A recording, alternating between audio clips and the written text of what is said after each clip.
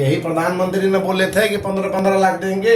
यही प्रधानमंत्री ने बोले 2 करोड़ लोगों को रोजगार देंगे प्रति वर्ष। यही प्रधानमंत्री बोल के गए थे कुछ दिन पहले मोतिहारी में ही, मोतिहारी चीनी मिल का हम अगले बार आएंगे तो वहाँ का चाय पियेंगे। यही प्रधानमंत्री मोतिहारी में आकर के बोला है कि हम इसको मुंबई बना देंगे। तो सोचिए ना, ये प्रधानमंत्री झूठा है, देश को बोलते हैं तो डंके के चोट पर ताकत के साथ बोलते हैं। सिंदूर में क्या हुआ? आपके देश में, आपके शासन में करीब करीब 80 किलोमीटर दूर आकर के आतंकवाद मार के चला जाता है, आप कुछ नहीं कर पाते हैं। और अमेरिका के कहने पर आप सीज फायर कर देते हैं। देने में तो केंद्र सरकार बिल्कुल विफल है। आप रोजगार तो खत्म कर दिया उसने, पूरे देश से खत्म कर दिया। वो तो पकौड़ा बनाने की बात कर रहा है, वो पकौड़े के तर्ज पे यहाँ भी पकौड़ा बनवाया गया है नागरिकों से, समझे ना। रोजगार तो खत्म। रोजगार के लिए तो हमारे नेता तेजस्वी प्रसाद यादव जाने जाते हैं पूरे देश में, जिन्होंने अल्पकाल में उन्होंने 5 लाख लोगों को रोजगार दिया। तर्ज पे ही इस सर्किट का भी निर्माण होगा और देश से, विदेशों से तमाम श्रद्धालुगण आएंगे सीतामढ़ी इलाके में। आरजेडी के वरिष्ठ नेता हमारे साथ मौजूद हैं, जलालुद्दीन खान साहब इस वक्त। खान साहब, सही में सीतामढ़ी को बहुत कुछ मिला क्या? नहीं, निश्चित तौर पर हमारे सीतामढ़ी को उपेक्षित किया गया था। यह माँ सीता की जन्मस्थली है और इसका पर्यटन क्षेत्र में हम लोगों को लाभ मिलेगा। लेकिन मैं आपको बता दूं कि सबसे पहले माँ सीता की धरती को विकास के लिए ये सीतामढ़ी जो उत्सव मनाया गया था, तो हमारे नेता श्री तेजस्वी प्रसाद यादव ने बहुत सारे 72 करोड़ रुपया आकर के दिया था यहाँ पर जानकी उत्सव के मौके पे। तो वहीं से शुरुआत हुआ, तभी लोगों का आके भाई यहाँ पर मतलब अयोध्या के तर्ज पर माँ सीता की जो 17 महीने का वक्त मिला था उसमें जी 18 महीने के वक्त में। तो आप ये बता रहे हैं कि वो उस वक्त जो शुरुआत हुई उसके बाद इन लोगों की आंखों से धूल हटा और शायद कोशिश से बिल्कुल बिल्कुल बिल्कुल करोड़ों रुपयों की जो सौगात मिली है आज सीतामढ़ी इलाके को, उससे एक बड़ा डेवलपमेंट की जो लकीर है इस इलाके में खींची जाएगी और शायद यहाँ के हजारों लोगों को रोजगार भी मिलेगा। रोजगार की बात पूरे देश में हो रही है। बिहार चुनावी साल है, रोजगार यहाँ एपिसेंटर में है। तो आपको लगता है कि रोजगार के मुद्दे पर डबल इंजन आगे है? देखिए, रोजगार देने में तो केंद्र सरकार बिल्कुल विफल है। आप रोजगार तो खत्म कर दिया उसने, पूरे देश से खत्म कर दिया। वो तो पकौड़ा बनाने की बात कर रहा है, वो पकौड़े के तर्ज पे यहाँ भी पकौड़ा बनवाया गया है नागरिकों से, समझे ना। रोजगार तो खत्म। रोजगार के लिए तो हमारे नेता तेजस्वी प्रसाद यादव जाने जाते हैं पूरे देश में, जिन्होंने अपने अल्पकाल में उन्होंने 50 लाख लोगों को रोजगार दिया, 5 लाख लोगों को। अमित शाह और मुख्यमंत्री नीतीश कुमार के रैली में हम मौजूद रहे और तमाम चीजों को हमने नजदीक से भी देखा, लेकिन लालू एंड कंपनी पे बहुत हमलावर रहे अमित शाह और बताया कि रंगदारी, फिरौती और जंगल राज का वो वक्त था जो शायद बीत गया है और जनता आने नहीं देगी। लगता है आप लोगों को भी क्या? आपको ये हास्यप्रद रह गया मैं उनका भाषण सुन करके कि देश का गृह मंत्री है और ये उद्घाटन माँ सीता की जन्मस्थली के उद्घाटन के मौके पर आया हुआ है और वो चुनावी भाषण दे रहे थे। मुख्यमंत्री भी चुनावी भाषण दे रहे थे। लग रहा था कि उद्घाटन नहीं है, चुनावी भाषण दे करके जा रहे हैं। देश की जनता, बिहार की जनता समझ रही है इस चीज को। आने वाले विधानसभा चुनाव में इसका सुपड़ा साफ हो जाएगा। आप देखिए अयोध्या में क्या हुआ इनका। अयोध्या मंदिर निर्माण करने के बाद अयोध्या से सुपड़ा साफ हुआ। आप देखिएगा बिहार से इनका सुपड़ा साफ करने का आगाज आज इन लोगों ने किया है। लगभग 30 जनवरी को अयोध्या मंदिर का भव्य शुभारंभ होता है। उसके तकरीबन 4-5 महीने बाद चुनाव होता है, सुपड़ा साफ होता है। जो वक्त है बिहार में सीतामढ़ी का तकरीबन वही है। इसके 1.5-2 महीने के बाद चुनाव है और क्या अयोध्या सीतामढ़ी में दोहराया जाएगा? आरजेडी के वरिष्ठ नेता बता रहे हैं कि सुपड़ा साफ हो जाएगा सीतामढ़ी में। गौरतलब है कि सीतामढ़ी इलाके में 8 विधानसभा है और 6 देवों का इक्वेशन है। 6 पे एनडीए का कब्जा है और 2 पे आरजेडी महागठबंधन का कब्जा है और इनका कहना है कि इस बार सुपड़ा साफ होगा। एसआईआर को लेकर भी काफी मुखर दिखे देश के गृह मंत्री। गड़बड़ियां हुई है क्या? निश्चित गड़बड़ियां हुई है। हम लोग उसका उद्भेदन कर रहे हैं, हमारे नेता लगातार उसका उद्भेदन कर रहे हैं। आपको ऐसा अनेकों परिवार दिखलाएंगे। मैं खुद अपने परिवार की बात करता हूँ, छोड़िए दूसरी की बात। हमारे घर में मेरे बड़े भाई का देहांत हो गया, मेरी माता का देहांत हो गया। आपके द्वारा अभी एसआईआर कराया गया तो कैसे उसका नाम नया सूची में आ गया? सोचिए, इसका मतलब है कि बीएलओ ने जमीन पर धरातल पे काम नहीं किया।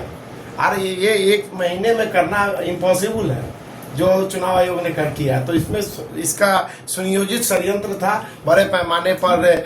महाराष्ट्र के तर्ज पर, हरियाणा के तर्ज पर वोटरों को जोड़ने का इन लोगों का षड्यंत्र था। आप देखिए राहुल गांधी जी उद्भेदन कर रहे हैं, आप देखिएगा, अभी उद्भेदन हुआ ना कल परसों, तो उद्भेदन हो रहा था SIR के द्वारा। ये संयोजित साजिश था जो बिहार के जनता ने, हमारे नेता तेजस्वी प्रसाद यादव लगे हुए इसको खत्म कर देंगे। देश के प्रधानमंत्री नरेंद्र मोदी की रैली कुछ दिन पहले मोतिहारी इलाके में भी हुआ और दूसरा मुंबई। आर्थिक तौर पे मोतिहारी को बनाने की बात प्रधानमंत्री के शब्दों में कहा गया। आप लोग उत्साहित हैं क्या? अरे यही प्रधानमंत्री ने बोले थे कि 15-15 लाख देंगे। यही प्रधानमंत्री ने बोले थे कि 2 करोड़ रुपया 2 करोड़ लोगों को रोजगार देंगे प्रति वर्ष। यही प्रधानमंत्री बोल के गए थे कुछ दिन पहले मोतिहारी में ही कि मोतिहारी चीनी मिल का हम अगले बार आएंगे तो वहाँ का चाय पियेंगे। यही प्रधानमंत्री मोतिहारी में आकर के बोला है कि हम इसको मुंबई बना देंगे। तो सोचिए ना, ये प्रधानमंत्री झूठा है, देश को बरगला रहा है, समझे ना। और सिंदूर की बात करता है, सिंदूर में क्या क्या आप डंके के चोट झूठ भी बोलते हैं तो डंके के चोट पर एकदम ताकत के साथ बोलते हैं। सिंदूर में क्या हुआ? आपके देश में, आपके शासन में करीब करीब 80 किलोमीटर दूर आकर के आतंकवादी आकर के मार के चला जाता है, आप कुछ नहीं कर पाते हैं। और अमेरिका के कहने पर आप ये सीज फायर कर देते हैं। ये क्या है आपका? आज देश के गृह मंत्री ने भी ऑपरेशन सिंदूर की चर्चा की है, बरगलाने का उन्होंने आरोप लगाया। बिल्कुल, देश की जनता को धूल झोंकने का काम कर रहा है। ये ऑपरेशन सिंदूर 100% फेल है, देश की जनता जान रही है। और आज तक आतंकवादी नहीं पकड़ा गया।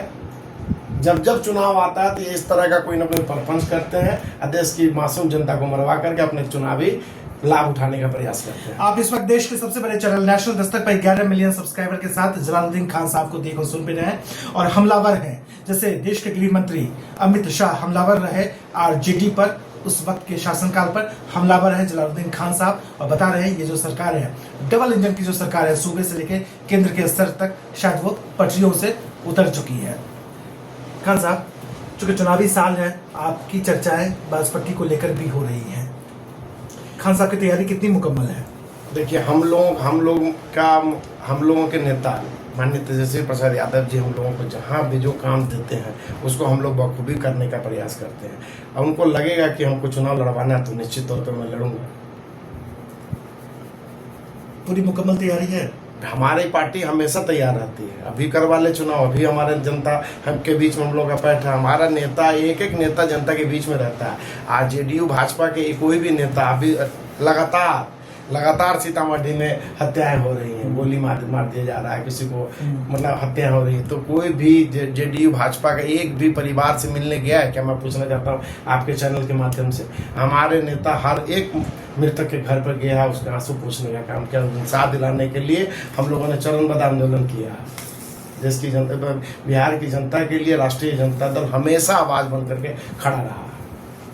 आज का दिन सीतामढ़ी के लिए बहुत ऐतिहासिक रहा। जिस तरीके से देश के गृह मंत्री ने आज बताया कि देश को बड़ी सौगात सीतामढ़ी की तरफ से मां सीता जानकी माता मंदिर को लेकर मिलने वाला है, वो शायद देश के लिए भी बड़ी गौरव की बात होगी। लेकिन खान साहब बता रहे हैं सीतामढ़ी के लिए तो बड़ी बात है, लेकिन राजनीतिक तौर पे जो राजनीतिकरण हुआ वो शायद गलत हुआ इस पूरे प्रोग्राम का। बिल्कुल गलत हुआ। इसको सिर्फ धार्मिक आयोजन, बिल्कुल धार्मिक आयोजन रखना चाहिए। भाई आप आए हैं हमारे सीतामढ़ी को सौगात देकर जा रहे हैं, आप गोली हत्या की बात कर रहे हैं, वहाँ राजनीतिक रोटी सेकने के प्रयास कर रहे हैं। तो ये क्या है?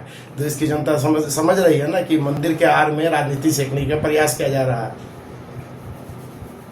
कुल मिला के क्या लगता है कि माँ सीता का इस धरती पर अपमान हुआ है क्या? बिल्कुल अपमान हुआ है।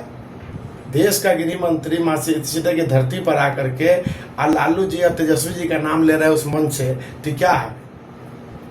आप उसकी तुलना कहाँ से कहाँ कर रहे हैं?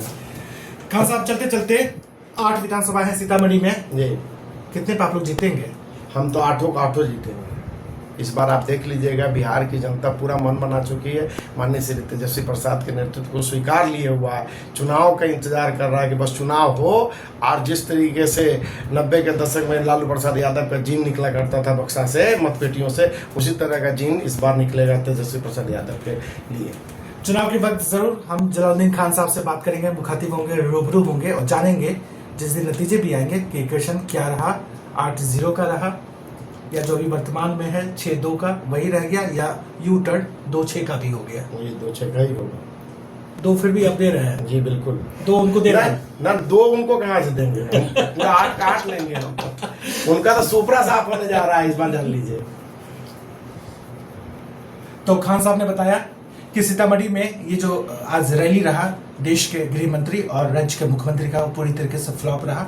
धार्मिक आयोजन था, उसमें धार्मिक बातें होनी चाहिए थी, राजनीतिक बातें नहीं होनी चाहिए थी, जो शायद किया गया। और इस तरीके से यहाँ की जनता को दुख हुआ और जनता अपने आप को ठगा हुआ महसूस कर रही है, बिल्कुल ठगा हुआ महसूस कर रही है। आप जनता कहाँ था इसमें वो तो सारा आंगनबाड़ी केंद्र, स्कूल, कॉलेज के लोगों को लेकर के भरा हुआ था। जनता कहाँ था? जनता में कहाँ उत्साह आपने देखा? आप तो पूरे दिन यहाँ थे, जनता में कहीं उत्साह नजर आ रहा था? बारिश भी हो गया, मौसम सुहावना। नहीं, मौसम तो सुहावना हो गया था, जिसमें जनता तो उमड़ के आना चाहिए था। इन लोग अपना जनता से अपना हाथ मतलब ये खो चुका है, समझे ना, विश्वास खो चुका है ये लोग, है समझे ना, बस खत्म है। खान साहब, चलते चलते संभावित प्रत्याशी भी है आप हैं, देश स्वतंत्रता दिवस मनाने वाला है, 15 अगस्त भी है। आपके तरफ से 2 शब्द तमाम लोगों के नाम, जनता के नाम, अवाम के नाम। मैं 15 अगस्त के दिन आप सभी अपने बिहार वासियों के साथ नेशनल दस्तक की आपसे गुजारिश है कि अगर इसको बचाना चाहते हैं तो नेशनल दस्तक को सब्सक्राइब करने के लिए रेड कलर के सब्सक्राइब बटन को दबाएं, फिर बेल आइकन की घंटी दबाएं। नेशनल दस्तक को बचाने के लिए बहुत जरूरी है कि हर खबर को शेयर करें, लाइक करें, कमेंट जरूर करें।